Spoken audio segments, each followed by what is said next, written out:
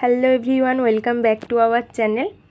আমাদের ছিল ভোর 5:30টায় বাস, তাই আমরা রাস্তায় অপেক্ষা করছি বাসের জন্য। এখন ভোর 5:20 মতন বাজে। আমাদের বাড়ির সামনে দিয়েই আমাদের বাস পাস কাটে। দেখতে পাচ্ছ আমরা বাস ধরে নিয়েছি, এবার যাত্রা শুরু।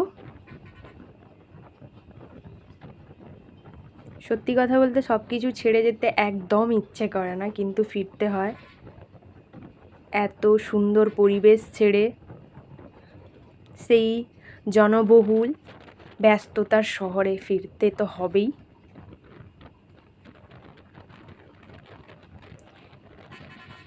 কিছুক্ষণ ঘুমালাম, ঘুমিয়ে থাকার পর দেখি আমরা অনেকটাই পৌঁছে গেছি।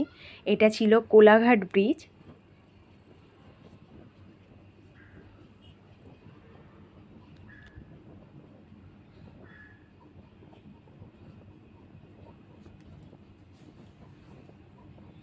তখন প্রায় সকাল 9টা মতো বাজে।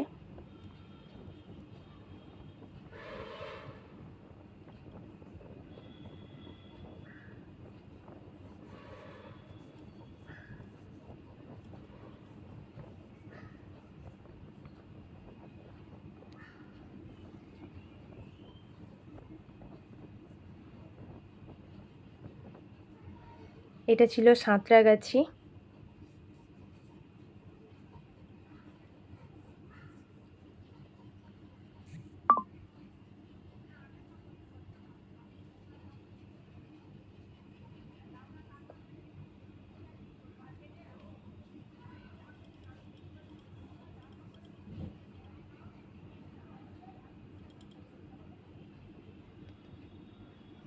সাঁতরাগাছি ক্রস করে আমরা যাচ্ছি।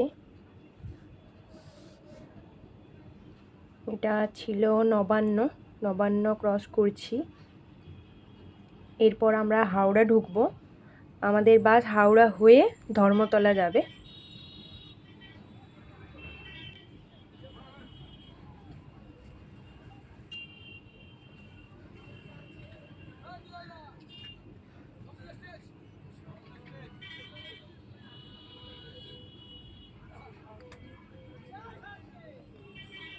প্রত্যেকটা মানুষই তার কর্মক্ষেত্রে দৌড়াচ্ছে।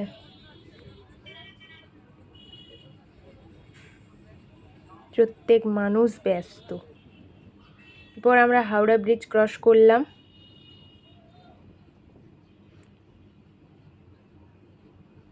তারপর বাড়ি পৌঁছে দেখতে পাচ্ছ সব কিছু এলোমেলো।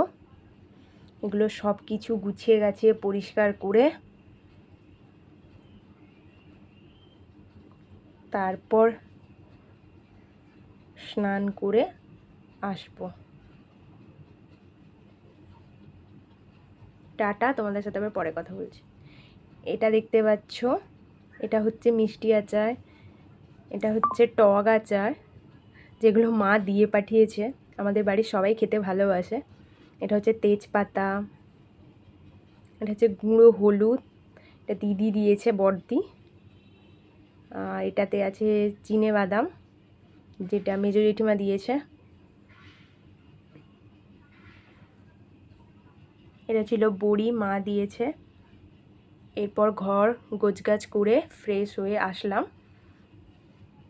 তারপর একটু তুলসী মন্দিরে একটু জল দিলাম। তারপরে বড় অসুস্থতেও জল দেব।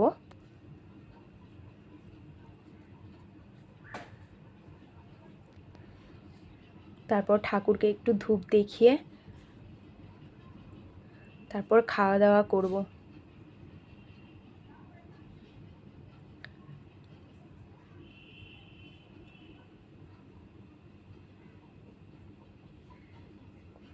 দেখতে পাচ্ছ সব কাপড় কাচাকুচি করে এইভাবেই মেলে দিয়েছি, কারণ বাইরে হচ্ছে বৃষ্টি, তাই এইরকম ভাবেই মেলে দিলাম। কিছু করার নেই, বাইরে বৃষ্টি হচ্ছে।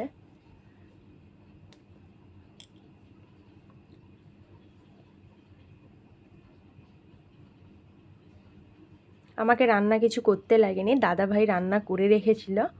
আমি সব কিছু কাজ করে তারপর ফ্রেশ আরও হয়ে নিয়ে খাওয়া দাওয়াটা করে নিয়েছি। এই যে দেখতে পাচ্ছ বাইরে বৃষ্টি।